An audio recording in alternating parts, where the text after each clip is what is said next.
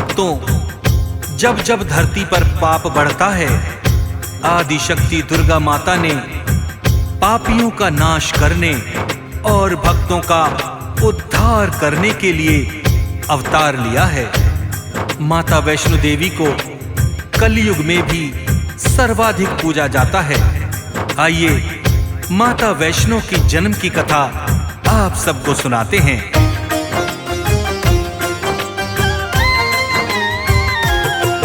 हम त्रिकूट पर्वत वाली माँ की महिमा गाते हैं, हाँ महिमा गाते हैं। हम वैष्णो माता की आओ तुम्हें कथा सुनाते हैं, हम कथा सुनाते हैं। हम त्रिकूट पर्वत वाली माँ की महिमा गाते हैं, हाँ महिमा गाते हैं। हम वैष्णो माता की आओ तुम्हें कथा सुनाते हैं, हम कथा सुनाते हैं। ये कथा है बड़ी महान, सुनकर होता कल्याण। ये कथा है बड़ी महान, सुनकर होता कल्याण।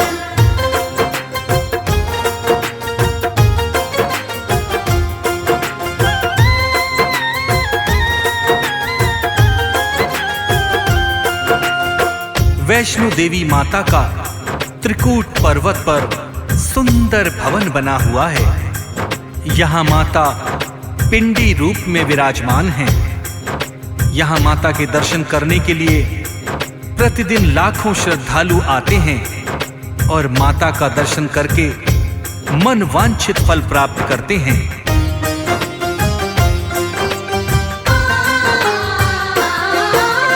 त्रिकूट पर्वत पर मैया का भवन बना है प्यारा। माँ के दर्शन करने के लिए आता है जग सारा। गुफा के अंदर पिंडी रूप में बैठी है महामाई। अपने भक्त जनों पर माँ ने अपनी कृपा लुटाई। सच्चे मन से करता है जो वैष्णो माँ के दर्शन, उसके जीवन की मिट जाती है सारी ही उलझन। इस कलयुग में वैष्णो माँ का करते सभी गुणगान। आओ बताएं कैसे बना यहाँ वैष्णो माँ का धाम। कैसे यहाँ पर आई माता तुम्हें बताते हैं, ये हम तुम्हें बताते हैं। हम वैष्णो माता की आओ तुम्हें कथा सुनाते हैं, हम कथा सुनाते हैं। ये कथा है बड़ी महान, सुनकर होता कल्याण। ये कथा है बड़ी महान, सुनकर होता कल्याण।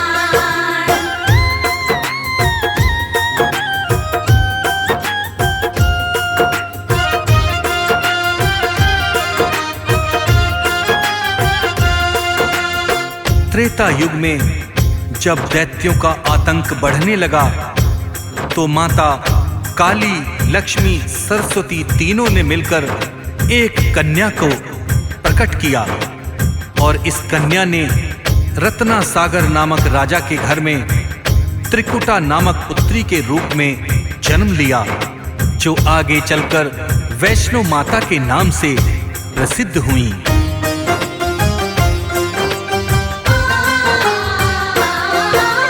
त्रेता युग में असुरों ने अपना आतंक बढ़ाया। काली, लक्ष्मी, सरस्वती ने तब ये विचार बनाया। तीनों ने अपनी शक्ति से शक्ति एक बनाई। इस शक्ति का नाम रखा तीनों ने वैष्णो माई। वैष्णो से बोला तुमको धरती पर जाना होगा। वैष्णव धर्म का प्रचार कर दुष्टों को मिटाना होगा। रत्ना सागर के घर में माँ पुत्री बनकर आई। राजा रानी के संग सारे नगर में खुशियाँ मनाई। राजा रानी त्रिकुटा कन्या का नाम रखाते हैं। हाँ नाम रखाते हैं। हम वैष्णो माता की आओ तुम्हें कथा सुनाते हैं, हम कथा सुनाते हैं। ये कथा है बड़ी महान, सुनकर होता कल्याण। ये कथा है बड़ी महान, सुनकर होता कल्याण।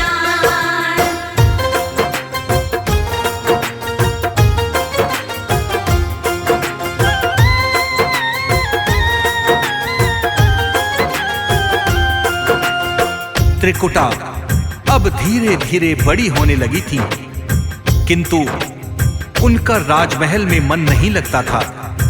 एक दिन वो अपने माता पिता को ये बात बताती हैं और राजमहल को त्याग कर वन में तपस्या करने के लिए चली जाती हैं।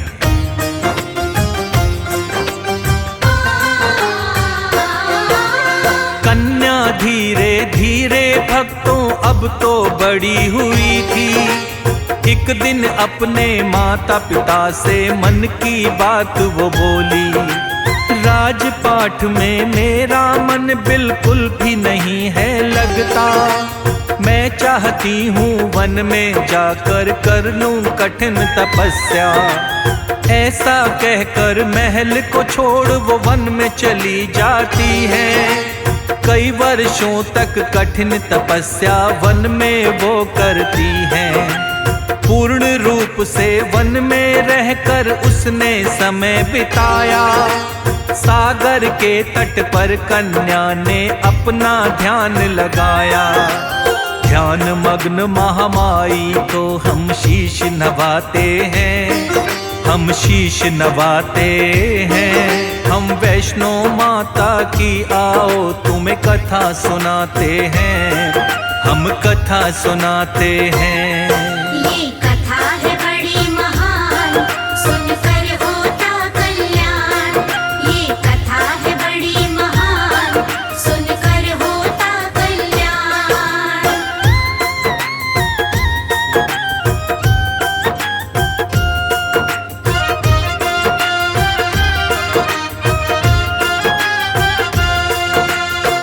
त्रिकुटा माता जब वन में तपस्या कर रही होती हैं तो वहां पर श्री राम जी और लक्ष्मण जी सीता माता की खोज में घूमते घूमते आ जाते हैं। त्रिकुटा दोनों को वंदना करके श्री राम को उन्हें पत्नी रूप में स्वीकार करने के लिए आग्रह करती हैं।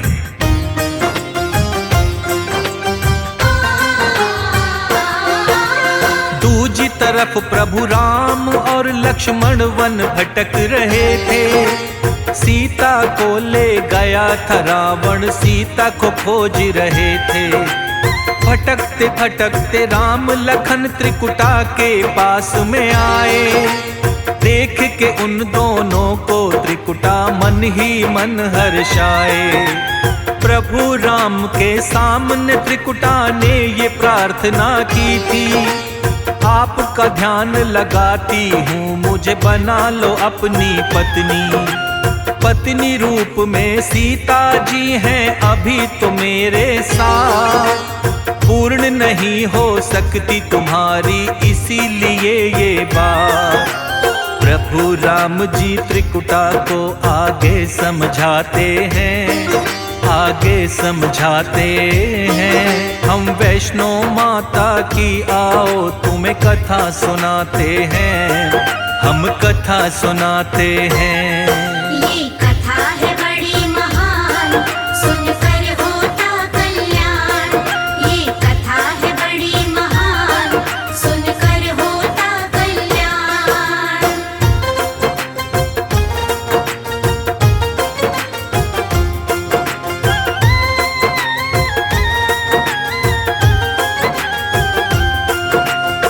श्री राम जी त्रिकुटा को समझाते हैं कि इस जन्म में मैंने एक पत्नी व्रत धारण कर रखा है, इसीलिए तुम्हें मैं अपनी पत्नी के रूप में अपना नहीं सकता, किंतु कलयुग में मैं कल की रूप में आऊंगा और तुम्हें पत्नी रूप में अपनाऊंगा। तब तक तुम त्रिकूट पर्वत पर वैष्णव के रूप में अपना धाम बनाओ और वैष्णव धर्म का प्रचार करो।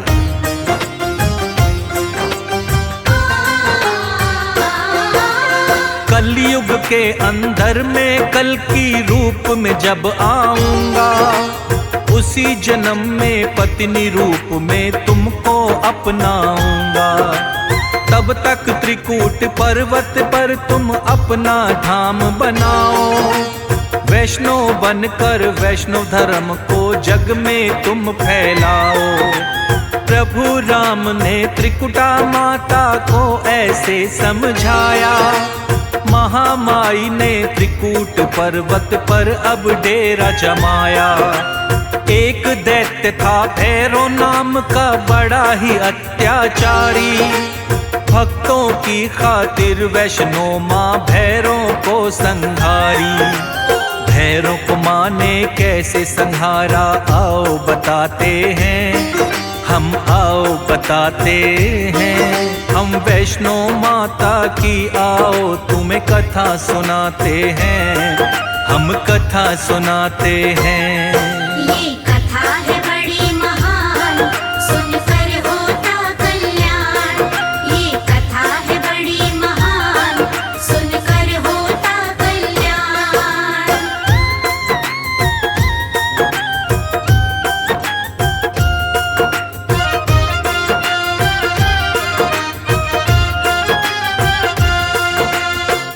एक श्रीधर नामक निर्धन ब्राह्मण वैष्णो माता की सच्चे मन से भक्ति करता था।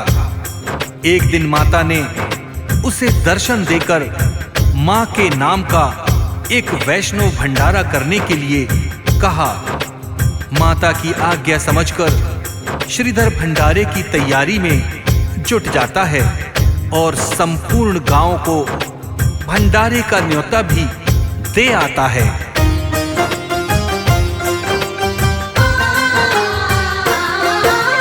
श्रीधर नाम का एक विप्र माँ की भक्ति करता था। भक्ति से खुश हो माता ने दर्शन उसे दिया था।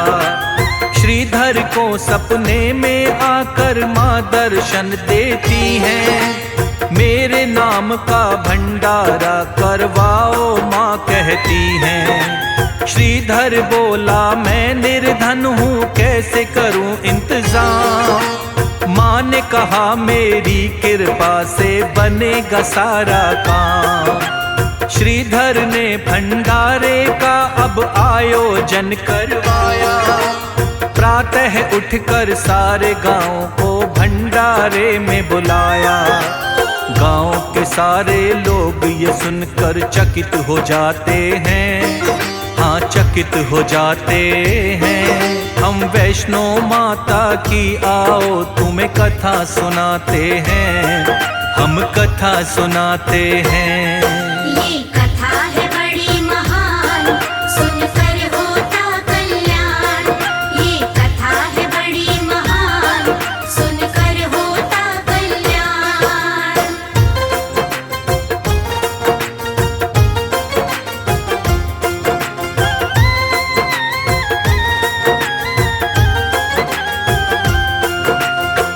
भंडारे की खबर किसी तरह भैरव नामक दैत्य के पास पहुंच जाती है और वह भी अपने शिष्यों को लेकर भंडारे में आ जाता है। जब भंडारे का प्रसाद उसके सामने आता है तो वो खाने के लिए मना कर देता है और खाने के लिए मांस और पीने के लिए मदिरा की मांग करता है।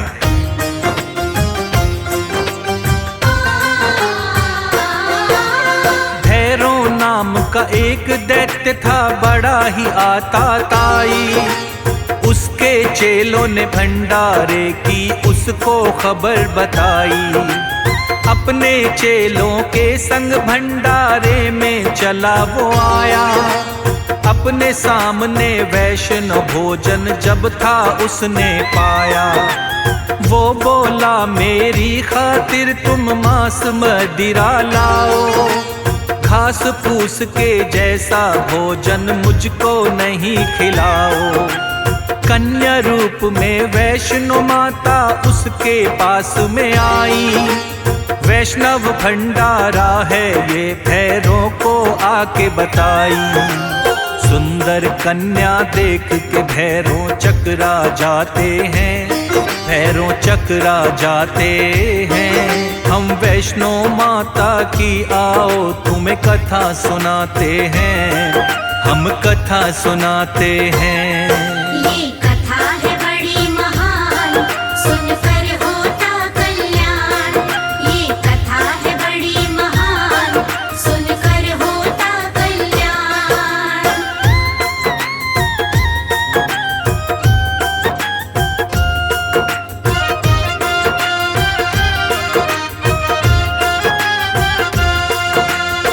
कन्या के रूप में आई माता को भैरव पहचान नहीं पाता और उनका हाथ पकड़ने की कोशिश करता है।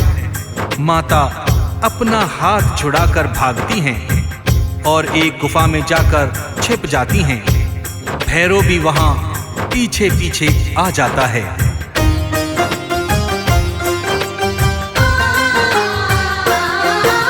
सुंदर कन्या देख के भैरव ने पकड़ा उसका हाथ छुड़ाकर वैष्णो माता जल्दी से गई भाग।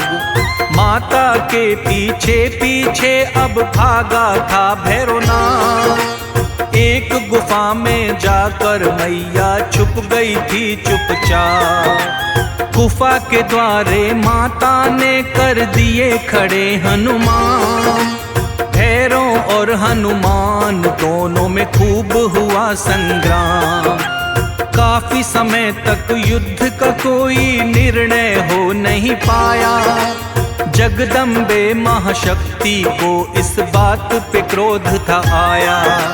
माँ के क्रोध से दुष्ट कोई भी बच नहीं पाते हैं, हाँ बच नहीं पाते हैं। हम वैष्णो माता की आओ तुम्हें कथा सुनाते हैं, हम कथा सुनाते हैं। ये कथा है बड़ी महान, सुनकर होता कल्याण। ये कथा है बड़ी महान, सुनकर होता कल्याण।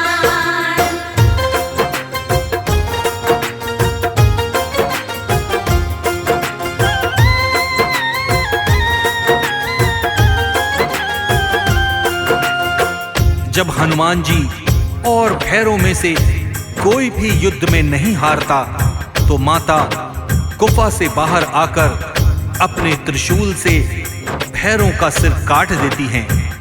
भैरव का सिर दूर जाकर गिरता है और फिर भैरव का सिर माता से क्षमा मांगता है। कहता है कि मैं आपके रूप को पहचान नहीं पाया माँ, मुझे क्षमा करो, मुझे क्षमा करो।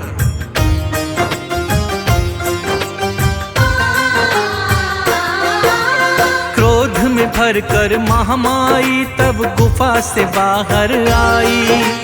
भैरवनाथ पे जगदम्बे मैया त्रिशूल चलाई। अपने त्रिशूल से भैरवनाथ का माँ ने शीश था काटा। भैरवनाथ का कटा शीश बड़ी दूर ही जाके गिरा था। माँ की शक्ति की महिमा को जाना अब भैरवनाथ। क्षमा मांगने लगा वो माँ से जोड़ के दोनों हाथ। मैं अज्ञानी मूर्ख हूँ माँ, तुमको जान न पाया। गलती मेरी क्षमा करो अब मुझको हे महामाया। माफ करो मैया मुझको ये कहना चाहते हैं, वो कहना चाहते हैं। हम वैष्णो माता की आओ तुम्हें कथा सुनाते हैं, हम कथा सुनाते हैं। ये कथा है बड़ी महान, सुनकर होता कल्याण। ये कथा है बड़ी महान, सुनकर होता कल्याण।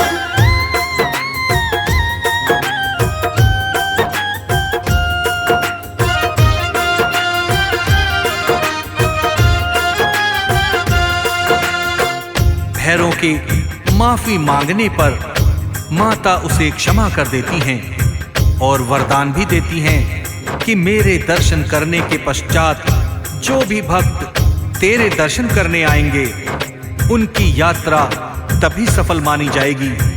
भैरों को वरदान देकर माता अंतर्ध्यान हो जाती हैं।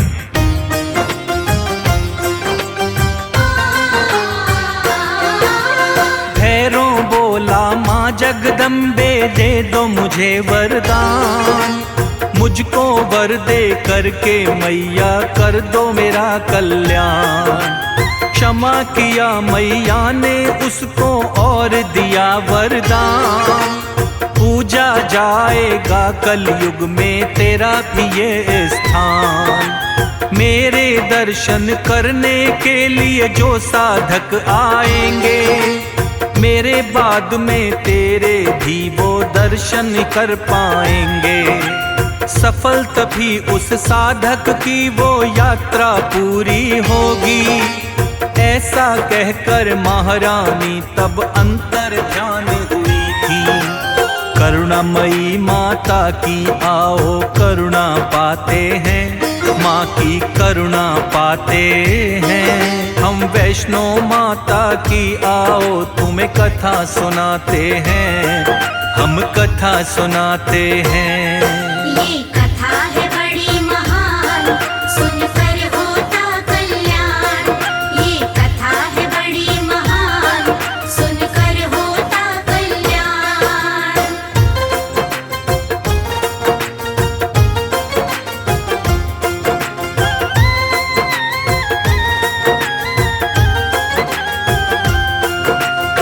त्रिकूट पर्वत पर माता वैष्णो का भव्य मंदिर बना हुआ है।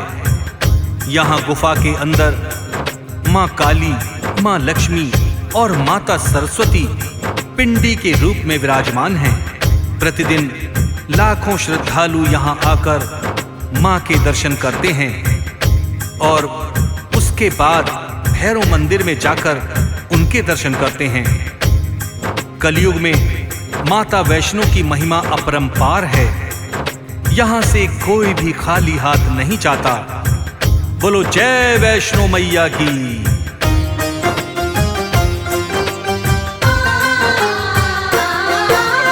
त्रिकूट पर्वत पर मैया का भवन बना अति प्यारा। वहां से थोड़ी दूर ही भैरों का मंदिर है न्यारा। माँ के दर्शन करके साधक वहां पे जाते हैं। माता और भैरों दोनों की कृपा पाते हैं। कठिन चढ़ाई मंदिर की हो जाती है आसान। आते जाते भक्त सभी करते माँ का गुणगान। रोजाना माँ के मंदिर में आते हैं लाखों दीवाने। वैष्णो माता शर्मा के भरती है सदा खजाने। किस्मत वाले ही मैया के दर्शन पाते हैं, हाँ दर्शन पाते हैं। हम वैष्णो माता की आओ तुम्हें कथा सुनाते हैं, हम कथा सुनाते हैं। ये कथा है बड़ी महान, सुनकर